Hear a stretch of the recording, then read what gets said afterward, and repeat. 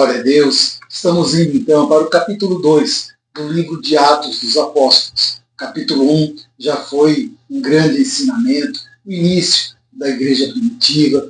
Nós vamos agora entrar então no próximo capítulo, aonde falará de um assunto muito importante, o qual eu quero dedicar este vídeo somente a este assunto. O capítulo 2 de Atos, ele vem com 3 assuntos. São eles: a vinda do Espírito Santo no dia de Pentecostes, a pregação de Pedro e a comunhão dos cristãos. Como eu falei, eu quero dedicar esse vídeo somente à vinda do Espírito Santo em Pentecostes, devido à sua importância, devido à grandeza desse grande acontecimento. Então nós vamos dedicar esse vídeo somente para este assunto, que é a vinda do Espírito Santo no dia de Pentecostes. Então, devido à importância desse assunto, eu quero convidar você a já se inscrever em nosso canal, ativar as notificações e já baixar o livro de Atos dos Apóstolos, o caderno, o qual está à disposição com o QR Code aqui ao lado, para você baixar, imprimir e escrever tudo aquilo que o Espírito Santo vai estar revelando a nós a partir de agora. Então faça isso nesse momento, inscreva-se no canal, ative as notificações, se possível deixe um likezinho para fortalecer o nosso canal, baixe o caderno, já imprima, deixe tudo preparado, não perca nada, não perca nenhuma das revelações que o Espírito Santo ele nos dará a partir desse momento. Então agora vamos à leitura do primeiro assunto do capítulo 2 de Atos dos Apóstolos, que é a vinda do Espírito Santo no dia de Pentecostes. E esse assunto está do versículo 1 até o versículo de número 13. Vamos à leitura agora desse assunto. Chegando o dia de Pentecostes, estavam todos reunidos num só lugar. De repente, veio do céu um som, como de um vento muito forte, e encheu toda a casa, na qual estavam assentados. E viram o que parecia línguas de fogo, que se separavam e pousaram sobre cada um deles. Todos ficaram cheios do Espírito Santo e começaram a falar noutras línguas, conforme o Espírito os capacitava. Havia em Jerusalém judeus devotos a Deus, vindos de todas as nações do mundo, e ouvindo o som, ajuntou-se uma grande multidão, que ficou perplexa, pois cada um os ouvia falar em sua própria língua. Atônitos e maravilhados, eles perguntavam: acaso não são galileus todos esses homens que estão falando?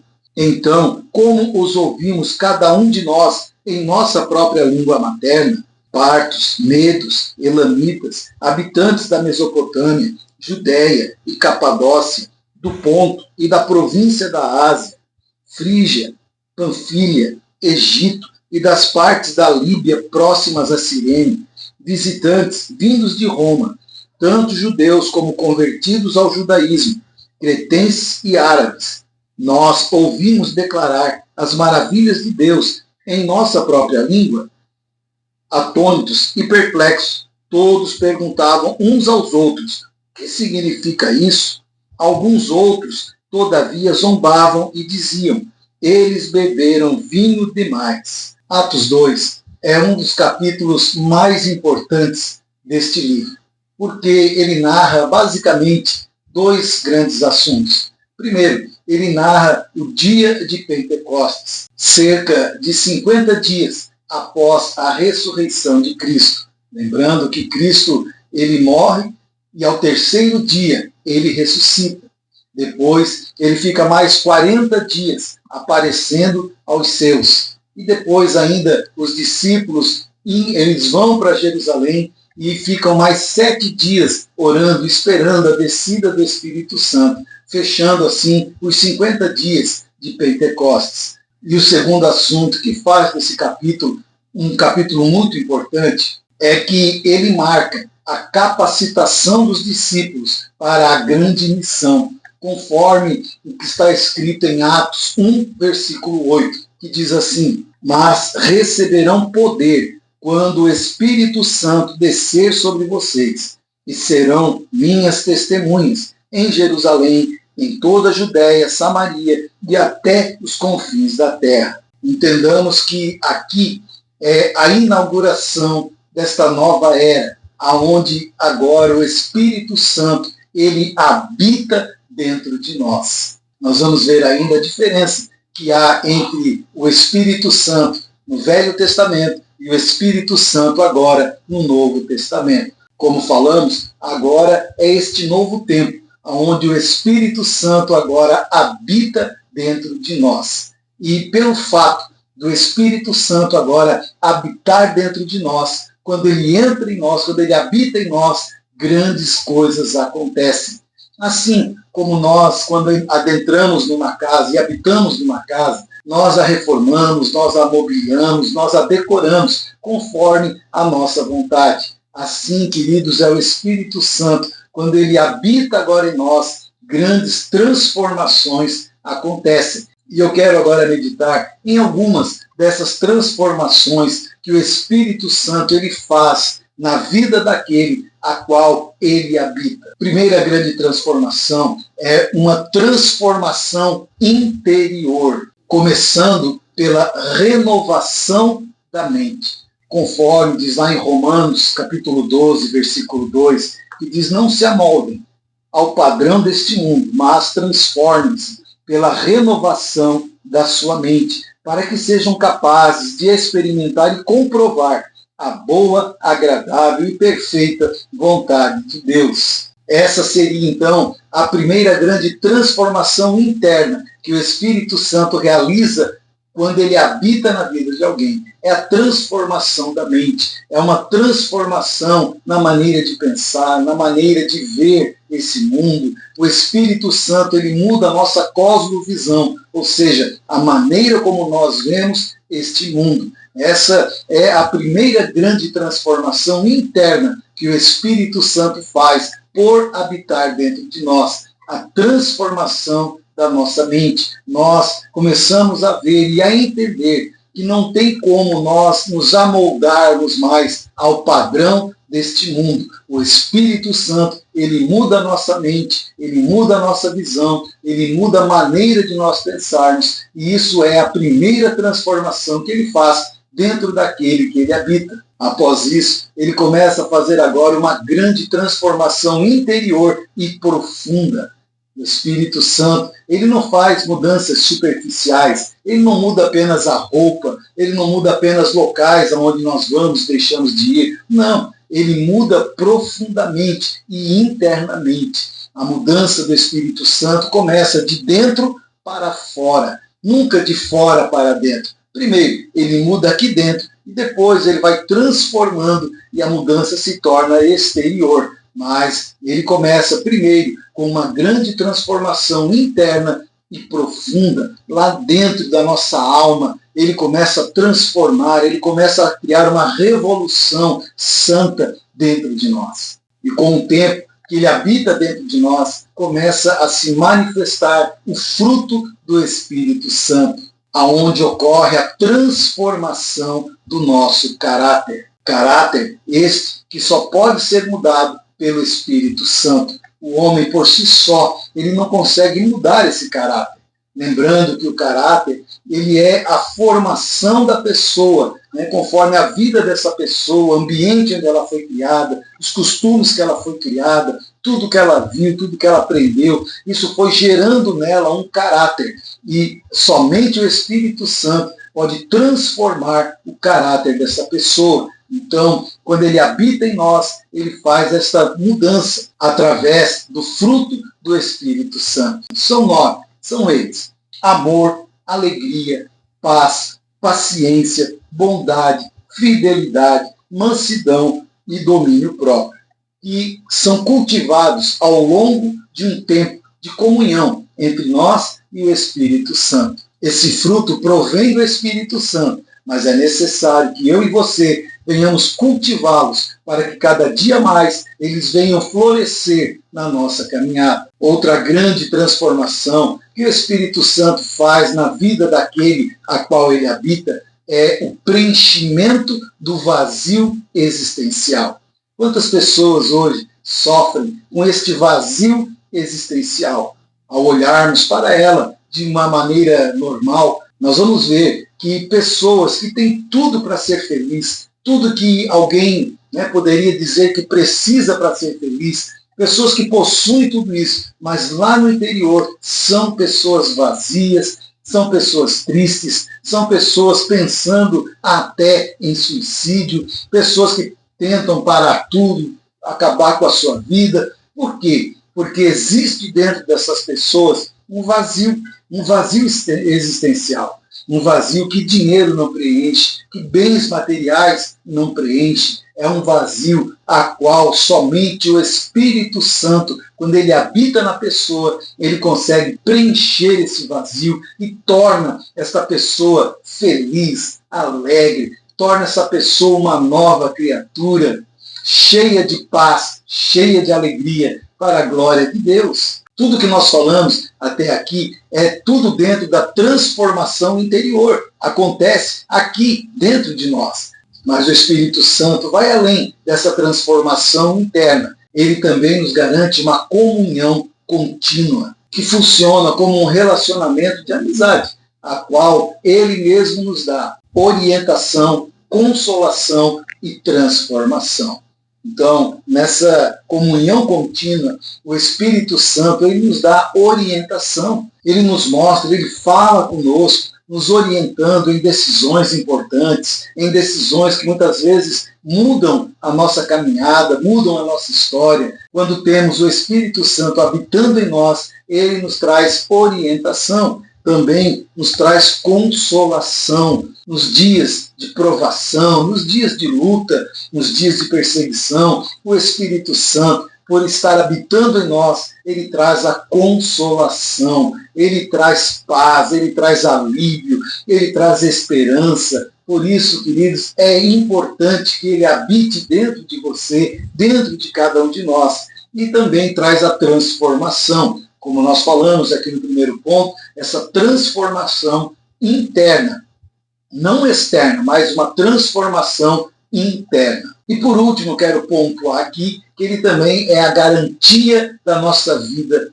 em Deus. O Espírito Santo, ele é a garantia que nós temos vida em Deus, conforme está escrito em Efésios, capítulo 1, versículo 13 e 14, que diz assim: nele, no Espírito Santo, quando vocês ouviram e creram na palavra da verdade, o evangelho que os salvou, vocês foram selados com o Espírito Santo da promessa, que é a garantia da nossa herança até a redenção daqueles que pertencem a Deus, para louvor da sua glória. Amém? Então, ele é a garantia da nossa vida em Deus. O texto que nós lemos vai dizer que ele é o selo de propriedade, ou seja, a partir do momento que nós ouvimos o Evangelho, cremos no Evangelho da salvação, cremos em Deus, nós fomos selados como propriedade de Deus. E este selo chama-se Espírito Santo.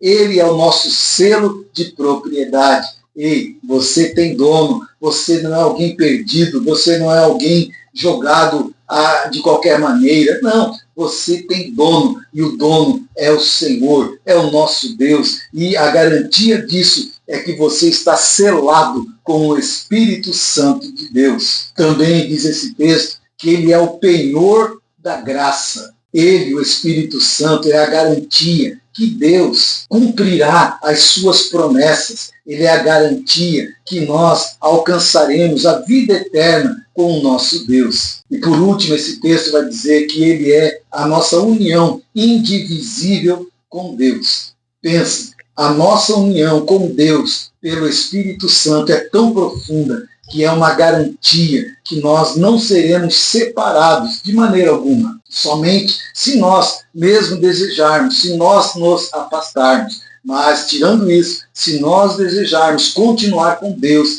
nós seremos unidos e esta união será indivisível, porque o Espírito Santo, ele faz esta união entre nós e esse Deus maravilhoso. Como nós falamos que esse é o novo tempo, onde agora o Espírito Santo habita dentro de nós. Por que novo tempo? Porque antes da descida do Espírito Santo, antes da promessa se cumprir de Atos 1:8, o Espírito Santo, ele não habitava dentro de nós. Ele não habitava no ser humano. Ao contrário, ele simplesmente vinha de forma temporária e seletiva, visitando pessoas específicas, como reis, como profetas, como juízes, para capacitação pontual, para alguma obra que era necessária, algo que Deus queria fazer, usando pessoas, usando seres humanos. Então, o Espírito Santo, ele não habitava, ele vinha de forma temporária, seletiva, somente para cumprir a vontade de Deus, para capacitar alguém para fazer aquilo que Deus assim queria. Então, para reforçarmos, para que você não tenha dúvida, na antiga aliança, o Espírito Santo, ele não habitava. O Espírito Santo, ele vinha de forma temporal, ele vinha de forma seletiva, ele vinha de modo externo e condicional, somente para cumprir o seu objetivo. Após cumprido o objetivo, ele voltava para o céu. A Bíblia vai dizer que ele colocava seu Espírito sobre o homem. A palavra de Deus vai dizer que Deus colocava o seu Espírito sobre aqueles que ele queria usar, sobre aqueles que ele escolhia para determinadas funções. Vamos ver aqui alguns exemplos onde o Espírito Santo ele vinha sobre as pessoas. Não habitava, mas vinha sobre as pessoas. Números, capítulo 11, versículo 16 e 17, vai dizer: E disse o Senhor a Moisés: Ajunta-me 70 homens dos anciãos de Israel, que sabes serem anciãos do povo e seus oficiais. E os trará perante a tenda da congregação, e ali estejam contigo. Então eu descerei, e ali falarei contigo, e tirarei do Espírito que está sobre ti, e porei sobre eles. E contigo levarão a carga do povo, para que tu não as leves sozinhos. Então, aqui nós já vemos o primeiro exemplo. Deus chama Moisés para escolher homens capacitados para ajudá-lo, a cuidar do povo no deserto. E Deus diz: chame eles, porque eu tirarei do Espírito que está sobre ti. Veja, Moisés, ele não tinha o Espírito habitando nele. Moisés tinha o Espírito sobre ele, o qual o capacitava para ser o responsável, para ser o guia do povo no deserto. Então Deus diz: tirarei sobre ti e repartirei com outros 70, para que sobre eles o mesmo Espírito também os capacite para eles julgarem o povo no deserto. Outro exemplo que nós vamos ver está em Juízes, capítulo 3, versículo 9 e 10, que diz assim: E os filhos de Israel clamaram ao Senhor, e o Senhor levantou-lhes um libertador, que os libertou, Otiniel, filho de Kenaz, irmão de Caleb, mais novo do que ele. E veio sobre ele o Espírito do Senhor, e julgou a Israel, e saiu à peleja. Otiniel, será que ele tinha o Espírito Santo antes dessa passagem? Não. A Bíblia diz que nesse momento Deus escolhe Otiniel para uma missão, e para capacitá-lo para a missão, Deus diz: e eu colocarei sobre ele o meu Espírito. O Espírito não habitava em Otiniel, o Espírito ia sobre ele, o capacitava, e quando terminava a função, ele voltava para o céu. Outro exemplo de que o Espírito Santo não habitava está em Juízes, capítulo 6, versículo 33 e 34, que diz: E todos os midianitas e amalequitas e os filhos do Oriente se ajuntaram e passaram e acamparam no vale de Jezreel. Então o Espírito do Senhor revestiu a Gideão, ou seja, estava sobre Gideão, o qual tocou a buzina para ajuntar o povo de Israel para a guerra. E os abiesritas se juntaram após ele. Igualmente, a Otiniel, Gideão, ele não tinha o Espírito Santo antes desse evento. Somente aqui nessa parte que Deus reveste ele, coloca sobre ele o Espírito Santo, para que ele possa cumprir a missão de livrar o seu povo dos midianitas. Por isso, nós afirmamos que na antiga aliança, o Espírito Santo ele não habitava, o Espírito Santo ele vinha sobre as pessoas para capacitá-las para grandes missões. É interessante também nós olharmos que de Gênesis até o início de Atos, no capítulo 2, nós não vamos ver em nenhuma parte da Bíblia menção sobre instruções de como receber o Espírito Santo. Pode olhar, você não vai encontrar em nenhum livro de Gênesis até Atos ninguém ensinando o que fazer para receber o Espírito Santo. Até porque ele ainda não estava disponível para o ser humano. E isso fica bem claro quando nós lemos João 7, do 37 ao 39, que diz: e no último dia, o grande dia da festa, Jesus pôs-se em pé e clamou, dizendo: se alguém tem sede, venha a mim e beba. Quem crê em mim, como diz a Escritura, rios de água viva correrão do seu ventre. E isso disse ele do Espírito, que haviam de receber os que nele crescem, porque o Espírito Santo ainda não fora dado, por ainda Jesus não ter sido glorificado. Então o próprio Senhor Jesus declara: olha, vai vir o Espírito Santo. Ele ainda não está disponível, ele ainda não foi liberado, mas ele vai ser liberado, porque o Espírito Santo ainda não fora dado. Havia necessidade que Jesus morresse, ressuscitasse, subisse aos céus, para depois o Espírito Santo poder vir e habitar em nosso meio. Então, nós vemos aqui a diferença entre a antiga aliança e a nova aliança, em relação ao Espírito Santo. No Antigo Testamento, era visitação pontual, ou seja, ele visitava, terminava o que tinha que fazer, ele voltava. O Espírito Santo ele vinha sobre as pessoas e ele poderia ser retirado, conforme diz Salmo 51:11, quando Davi ele diz assim: não me expulses da tua presença, nem tires de mim o teu Santo Espírito. Ou seja, o Espírito Santo ele poderia ser tirado da vida de Davi. Ou seja, havia sim a possibilidade de Deus tirar o Espírito da vida das pessoas. Porque, como nós falamos, ele vinha para tarefas específicas e não para todos os cristãos. Diferente agora a sua atuação no Novo Testamento, o qual agora é habitação e permanência. Após a ascensão de Jesus, o Espírito Santo agora vem para habitar dentro dos cristãos. Olha o que diz a nós 1 Coríntios 3,16. Vocês não sabem que são santuários de Deus e que o Espírito Santo habita em vós? Olha a diferença. Salmo 51, Senhor, não retires o teu Espírito de sobre mim. 1 Coríntios 3,16. Vocês não sabem? Ele habita em você. Aleluia. Que diferença. Antes ele só pousava sobre. Hoje ele habita em nós, trazendo grandes transformações. A segunda diferença está em relação a uma marca de quem tem o Espírito Santo, que é a variedade de línguas. No Antigo Testamento, quando se ouve falar em variedades de línguas, o que vem à nossa mente?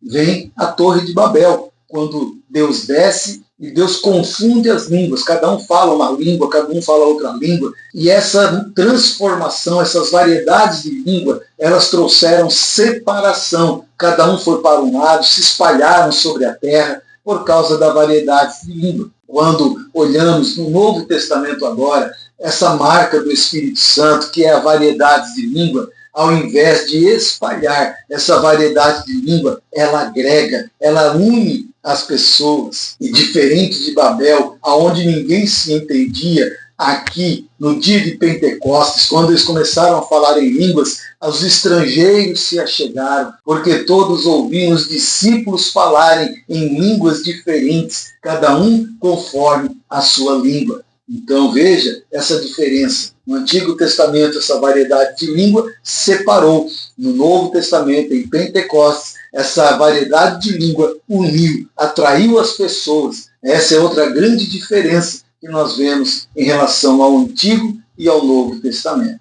Para que você venha realmente entender, no Antigo Testamento, o Espírito Santo agia de fora para dentro.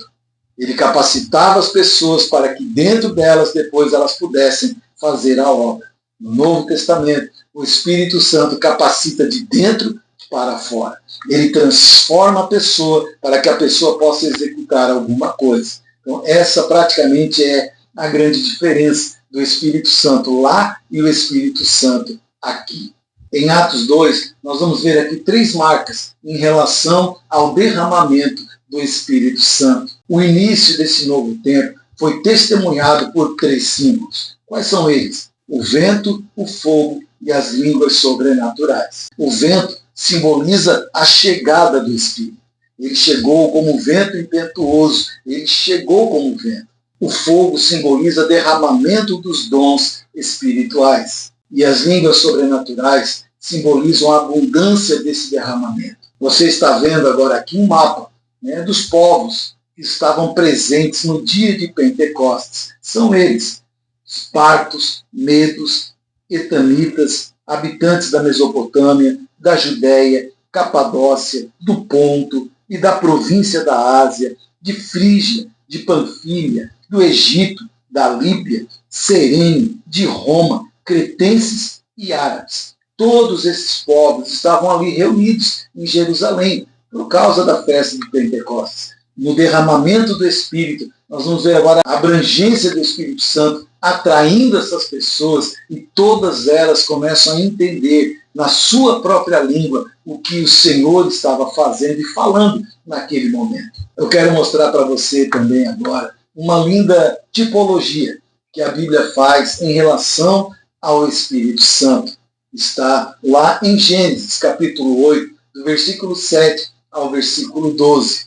Quando eu falo tipologia, é algo que aconteceu no passado, que representava algo que aconteceria no futuro. Então, essa passagem de Gênesis 8, onde vai falar de Noé, quando as águas do dilúvio estão baixando e a arca agora ela para, Noé, ele solta a pomba.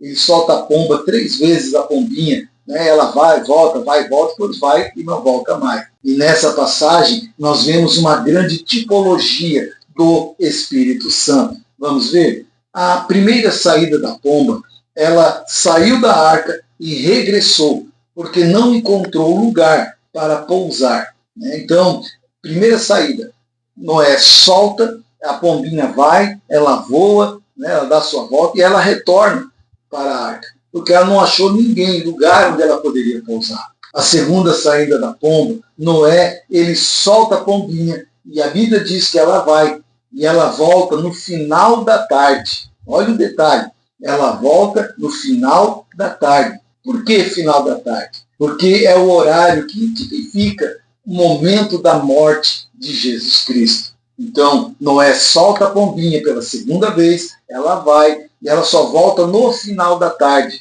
E quando ela volta com uma folha de oliveira no bico.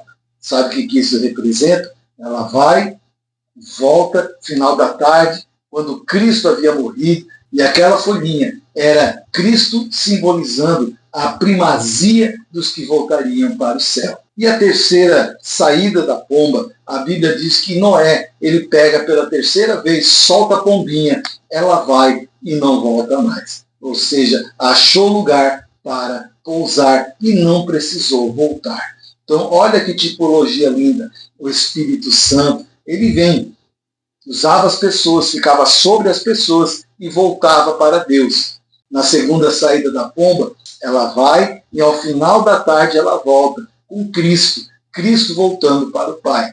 E na terceira saída, ela vai e não volta mais. Ou seja, após a morte de Cristo, o Espírito Santo vem e agora não é mais sobre, mas agora ele habita em nós. Ele não volta mais para Deus, ele habita em nós. E segundo as Escrituras, agora, quando a igreja do Senhor for arrebatada, o Espírito Santo também aí voltará para o Senhor, voltará para o céu. Mas até lá, ele ainda habita entre nós. Ele habita em você. Por isso que a sua vida não é mais a mesma. Por isso que a sua vida está transformada. Porque habita dentro de você o poderoso Espírito Santo. Que Deus seja louvado, né, por nós termos esse Espírito Santo dentro de nós. E lá no versículo 12, já terminando esse assunto, nós vamos ver, né, um assunto que nos traz tristeza.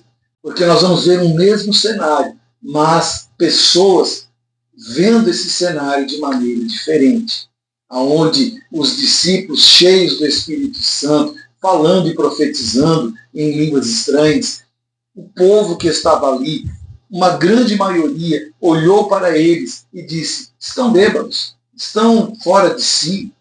E outros não, outros atentaram para aquilo que estava acontecendo, ouviram o Evangelho e foram salvos. Então, em relação a isso, Jesus ele falou na parábola do semeador, onde a semente era a mesma, mas o tipo de solos eram diferentes. Então ali, em Atos, quando eles são cheios do Espírito Santo e começam a falar em novas línguas, o mesmo cenário, havia oportunidade para todos receberem, serem cheios do Espírito Santo, mas uma grande maioria olhou para eles e disse: estão bêbados, não vamos dar bola, não vamos dar importância para eles. Enquanto outros, olhando aquilo, entenderam: o que está acontecendo aqui é algo de Deus. Então nós vemos aqui que o cenário pode ser o mesmo, mas o coração das pessoas fazem recebê-las a mensagem de maneira diferente. Que eu e você possamos ter um coração disposto a crer, um disposto a entender e ter sabedoria, discernimento para entender que o cenário que nós estamos vendo é algo de Deus, que é Deus falando conosco, é Deus preparando uma vida nova para nós. Quem sabe este vídeo que você está vendo, este assunto sobre o Espírito Santo, você possa estar dizendo: é bobagem, isso aí é mentira.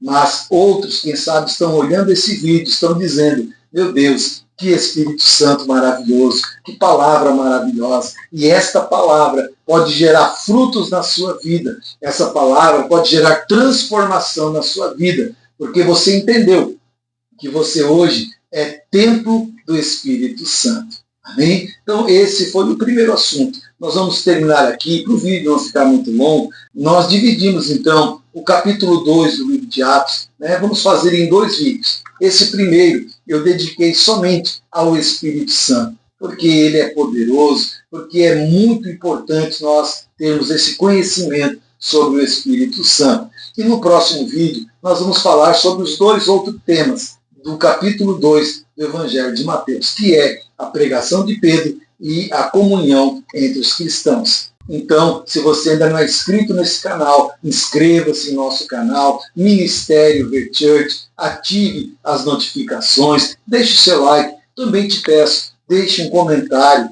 diga como você está recebendo essa palavra, a leitura do livro de Atos. Isso é importante para que nós possamos ver como você está recebendo esta leitura. Que Deus te abençoe, que você continue firme lendo o livro de Atos. Se ainda não abaixou o caderno, está aqui o QR Code, baixe já o seu caderno, preencha tudo, porque eu creio, o livro de Atos é maravilhoso e você vai aprender muito mais sobre a história da nossa igreja. Que Deus abençoe e até então o próximo vídeo.